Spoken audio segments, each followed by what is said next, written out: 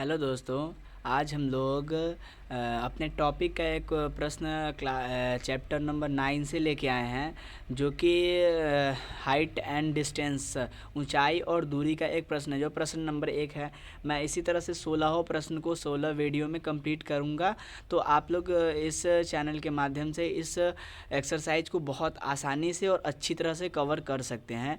तो चलिए इसको किस तरह से मतलब कवर करना है वो हम लोग देखते हैं। तो सबसे पहले इसमें सबसे इम्पोर्टेंट चीज़ होता है कि प्रश्नों को पढ़ लेना। तो प्रश्न इसमें क्या है? सर्कस का एक कलाकार एक 20 मीटर लंबे डोर पर चढ़ रहा है, जो अच्छी तरह से तनी है और भूमि पर सीधे लंबे खंभे के शीर्ष से बंधा हुआ है।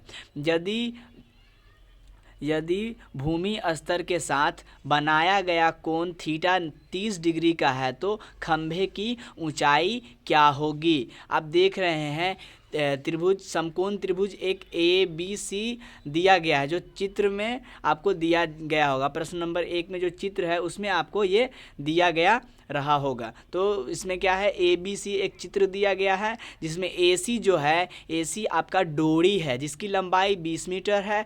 AB एक खंभा है, तो वो AB का जो ऊंचाई है वो हमें ज्ञात करना है। तो AB का ऊंचाई हम लोग किस तरह से ज्ञात करेंगे? अब हम लोग सीधा सीधा एक फंडा देखते हैं कि AB क्या है? ऊंचाई है, और AC क्या है? कर्ण है। ऊंचाई को हम लोग क्या बोलते हैं? लंब।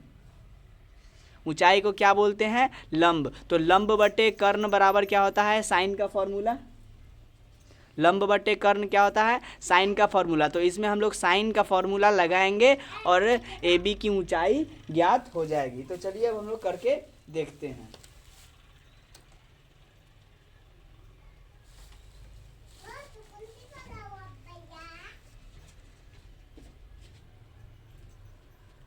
तो चलिए अब हम लोग देखते हैं। तो इसमें दिया गया है AB बराबर कुछ नहीं, AB का ऊंचाई ज्ञात करना है, और AC दिया हुआ है 20 मीटर। जो डोरी है, डोरी क्या है प्रश्न में जो दिया गया है, ये AC क्या है? डोरी है। प्रश्न में आपको दिया गया है AC डोरी है जिसकी लंबाई 20 मीटर है। और डोरी को इस समकोण त्रिभुज में हम लोग क्या बोलेंगे?